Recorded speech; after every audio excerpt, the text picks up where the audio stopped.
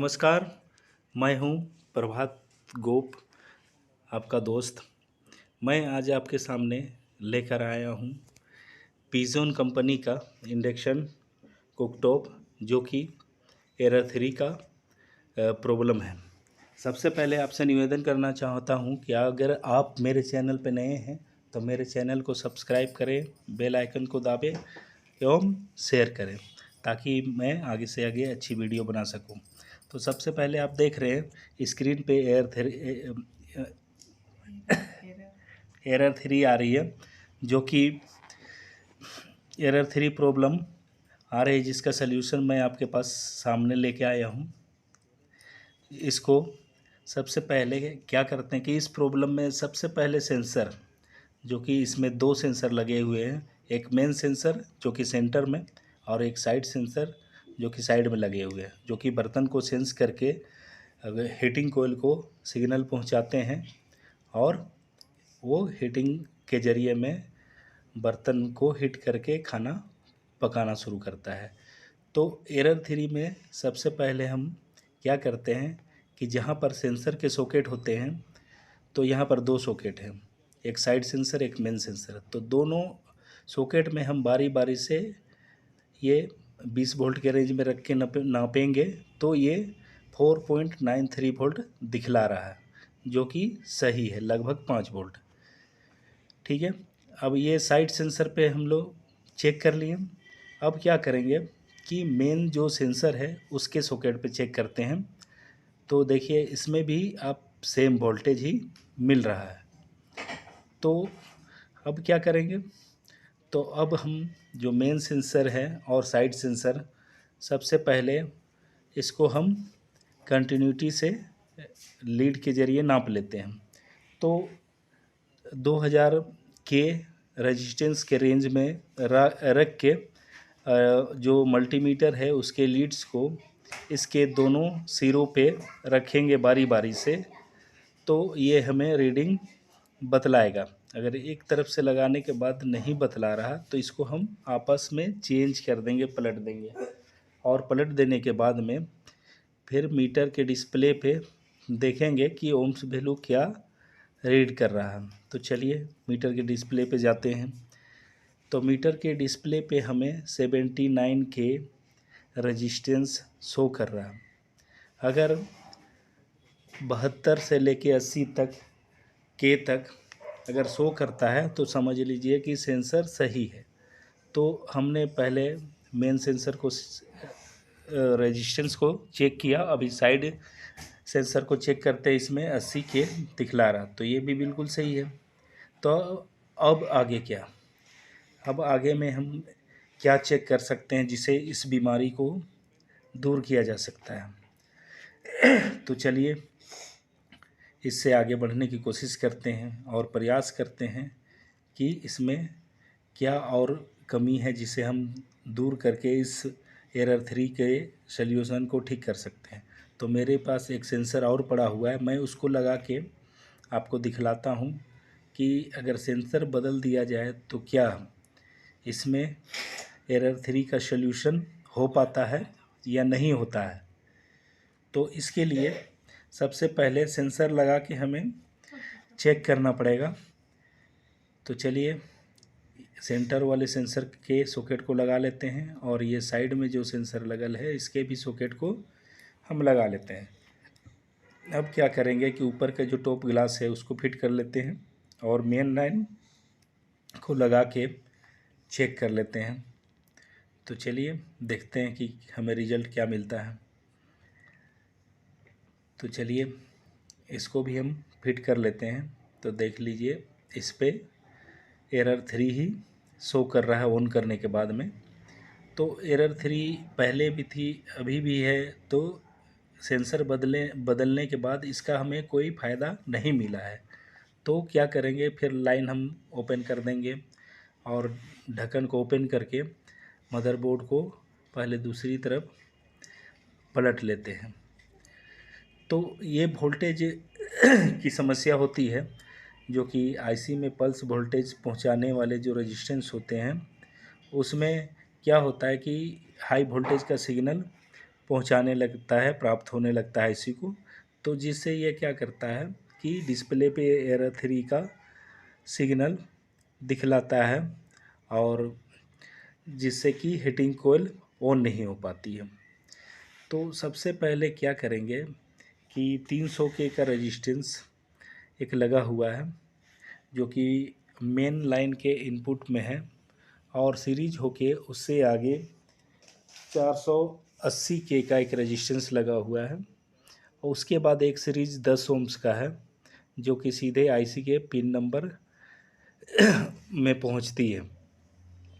तो सबसे पहले क्या है कि आप कभी कभी रेजिस्टेंस को नापते हैं तो बिल्कुल सही बतलाता है, ठीक है, बार बार नाप रहे हैं वो सही बतला रहा है, लेकिन जब इसको फिट कर देते हैं और लोड देते हैं तो उसकी वैल्यू शिफ्ट हो जाती है।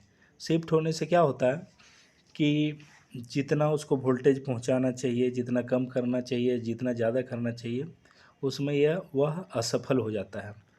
तो इस स्थिति में हम क्या करते हैं कि रेजिस्टेंस को सीधे सीधे बदल के देख लेते हैं।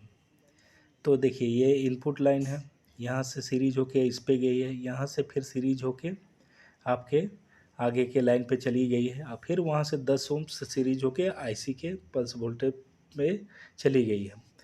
तो आप देख सकते हैं अच्छी तरह से, एक रेजिस्टेंस, 2 रेजिस्टेंस और एक आईसी के पास 3 रेजिस्टेंस, 3 रेजिस्टेंस का सीरीज करके हाई वोल्टेज के सिग्नल को आईसी में पहुंचाने का काम करता है। तो इस तरह से क्या करेंगे कि अगर मीटर में नापने के बाद में ओम्स वैल्यू या किलो में सही बतला रहा है तो बार बार हम फॉल्ट ढूंढते रह जाएंगे, हमें फॉल्ट मिलेगा ही नहीं। तो इस स्थिति में हम क्या करते हैं कि रेजिस्टेंस को बदल के देख लेते हैं, जो कि हाई वोल्टेज सेक्शन में लगा हुआ रहता है। तो जैसा कि आप देख रहे हैं ये प्रिंट लाइन आप चेक कर रहे हैं जो कनेक्शन गई है, तो यहाँ देखिए ये 10 ओम्स यहाँ पर लगा हुआ है, और 10 ओम्स से यहाँ देखिए पिन में गई है, पिन नंबर 1 पे। तो ये पल्स वोल्टेज पहुँचाने का काम करता है। इसमें से अगर कोई भी रेजिस्टेंस ओपन होगी तो एरर 3 का प्रॉब्लम आएगा, या तो ओपन होगी या तो वैल्यू शिफ्ट हो जाएगी, तो इस तरह का आपको प्रॉब्लम मिलेगा। फिर आप कितना भी कुछ बदल लो, इस पर एरर 3 का सल्यूशन आप कर ही नहीं पाएंगे।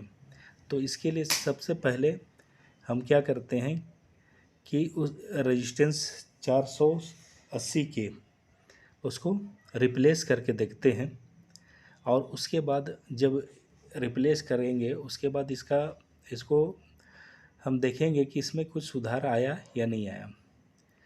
तो मैं इसको रिप्लेस करने की कोशिश कर रहा हूँ, क्योंकि कैमरा भी खुद पकड़ा हुआ हूँ और आयरन भी, और रेजिस्टेंस को सिंगल हैंड से निकालना थोड़ा मुश्किल होता है, इसलिए मैं इसके मीटर के लीड्स को नीचे से डाल के और आयरन को हिट करके मैं निकाल रहा हूँ। और निकालने के बाद मैं फिर आपको दिखलाता हूँ कि रेजिस्टेंस को फिर हम लगाएंगे, और लगाने के बाद में इसमें क्या सॉल्यूशन मिलता है। तो पहले से मैं एक रेजिस्टेंस पुराने मदरबोर्ड से निकाल के रखा हूँ, क्योंकि जो भी मदरबोर्ड कभी कभी माइक्रो कंट्रोलर की वजह से बनने की स्थिति में नहीं होते हैं, या बहुत ज़्यादा कॉकरोच के कारण डैमेज हो जाते हैं, तो उसमें नया मदरबोर्ड आप रिप्लेस कर सकते हैं। और उन मदरबोर्ड को आपको कस्टमर को लौटाना नहीं है, उसको आपको अच्छी तरह रख लेना है, ताकि किसी भी तरह का कोई स्पेयर पार्ट जो मार्केट में नहीं मिल रहा है तो आप उसको निकाल के लगा के और अच्छे पैसे आप कमा सकते हैं। तो चलिए इस रेजिस्टेंस को लगा लेते हैं। तो रेजिस्टेंस नीचे से लगाने से तो कहीं शॉर्ट करने की स्थिति बनी हुई रहेगी, इसीलिए कभी भी स्पेयर पार्ट्स को नीचे से ना लगाएं, हमेशा ऊपर से लगाएं। तो ये रेजिस्टेंस लग चुकी है। अब मैं बोर्ड को सीधा कर लेता हूँ, जहाँ पर वो इंस्टॉल होती है वहाँ पर रखता हूँ। अभी मैं उसे फिक्स नहीं करूँगा, बस रख दूँगा। तो सबसे पहले 18 वोल्ट की जो फ़ैन लगी हुई रहती है उसकी सॉकेट में मैं इसके कनेक्टर को लगा देता हूँ। उसके बाद जो टॉप का डिस्प्ले होता है, मैं डिस्प्ले और कीपैड के जो कनेक्शन है उसको मैं इंस्टॉल कर देता हूँ। फिर बारी बारी से सेंटर के जो सेंसर हैं और साइड सेंसर है मैं उसको लगा लेता हूँ। अभी मैं इसको सिर्फ ऐसे ही बैठा लेता हूँ।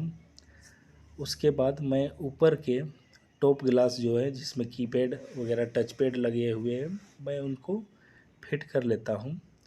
और इसको फिट करने के बाद में मैं एसी का प्लग इन कर लेता हूँ। एसी का प्लग इन करने के बाद में हमें पता चलेगा कि इसमें किसी तरह का कुछ परिवर्तन आया है या नहीं आया। तो चलिए सबसे पहले लाइन को लगाते हैं। तो देखिए डिस्प्ले आ गया है। अब इसको हमें आवश्यकता है चालू करने की, क्योंकि चालू करने के बाद ही पता चलेगा। तो देखिए एरर ज़ीरो यानी कि पहले एरर 3 हमें दिखाई पड़ता था डिस्प्ले में, अभी एरर ज़ीरो का मतलब है कि इसका सॉल्यूशन हो चुका है। इसी तरह से लाइन डिस्कनेक्ट हो गई। मैं फिर से लगाता हूँ। अभी देखिए फिर से लाइन आ गई। अब मैं इसको ऑन करके आपको दिखाता हूँ। तो ऑन करने के बाद में आप अच्छी तरह से इसको देख पाएंगे कि इसमें जो एरर 3 आ रही थी वो एरर ज़ीरो दिखलाने लगा है। देखिए एरर ज़ीरो, अभी इस पर बर्तन चढ़ा हुआ नहीं है तो एरर ज़ीरो दिखला रहा। तो मैं बर्तन को पहले कुकटॉप के ऊपर में रख लेता हूँ। देखिए अभी 1300 दिखला रहा, क्योंकि ये 1300 वाट पे सेट है। अभी इंक्रीज करते हैं तो 2100 वाट का ये इंडक्शन है तो 2100 वाट तक जाएगा। अभी मैं फिर डिक्रीज कर लिया हूँ, फिर से इसको इंक्रीज कर देंगे। तो जब बर्तन को सेंस करेगा, इंफ्रारेड के ज़रिए इसको हीटिंग मिलने लगेगा तो बर्तन में रखा पानी खुद से बॉयल होने लगेगा। तो बॉयल जब होगा तो पानी से आहिस्ता आहिस्ता भाप उड़ने लगेगी, जिससे हमें कैमरा में देख के ये पता चलेगा कि पानी उबल रहा है, उबलना शुरू हो गया है, हीट होना शुरू हो गया। तो देखिए आपको कैमरे में स्क्रीन में अच्छी तरह से नज़र आ रही होगी कि पानी से भाप उठने लगा है। जैसे जैसे इसका टेम्परेचर बढ़ने लगेगा वैसे वैसे पानी पूरा खौलने लगेगा। तो कभी भी आप किसी भी चीज़ की रिपेयर करें तो सबसे पहले उसको मेन फॉल्ट को ढूंढें और उसी को ही रिप्लेस करें, सारे बोर्ड को ना छेड़ें, क्योंकि इससे जो भी चीज़ आप रिपेयर करते हैं उसकी लाइफ कम हो जाती है और किसी तरह से शॉर्ट हो गई तो डेड भी हो जाती है। ऐसे तो आप हर चीज़ को ठीक कर लेंगे, लेकिन माइक्रो कंट्रोलर अगर डेड हो जाती तो मिलती नहीं है आसानी से। तब की स्थिति में हमें मदरबोर्ड पूरा कंप्लीट चेंज करना पड़ता है, या किसी पुराने बोर्ड में लगा हुआ है तब आप खोल के लगा सकते हैं, नहीं तो ऐसे आपको व्यवस्था हो नहीं पाती। तो मैं इस तरह के अच्छे अच्छे वीडियो आपके लिए लाता रहूँगा ताकि आप आसानी से किसी भी तरह के कोई भी इलेक्ट्रॉनिक्स इलेक्ट्रिकल आप सॉल्यूशन आपको मिलता रहे और आसानी से आप इस चीज़ को करके अच्छा मनी अर्निंग कर सकते हैं। मेरे चैनल के साथ में आप जुड़े रहें और इसके बेल आइकन को दबा के रखें, सब्सक्राइब करें, शेयर करें, ताकि आपको अच्छी अच्छी वीडियो मिलती रहे और इससे आप भविष्य में अच्छी तरह से नॉलेज को अपने ग्रो कर सकते हैं। क्योंकि मैं चाहता हूं कि मेरे साथ साथ जो लोग जुड़े रहेंगे सभी का आत्मनिर्भरता बढ़ता रहे, ताकि किसी भी तरह से कोई भी फॉल्ट फाइंडिंग में परेशानी ना आए, और परेशानी आए भी तो आप मेरे कमेंट्स करके मुझसे पूछ सकते हैं। मैं आपके सवालों का जवाब देने के लिए हमेशा तत्पर रहूँगा, ताकि आपको हर तरह का मदद संभव हो सके। जय हिंद, जय भारत, शुभ रात्रि।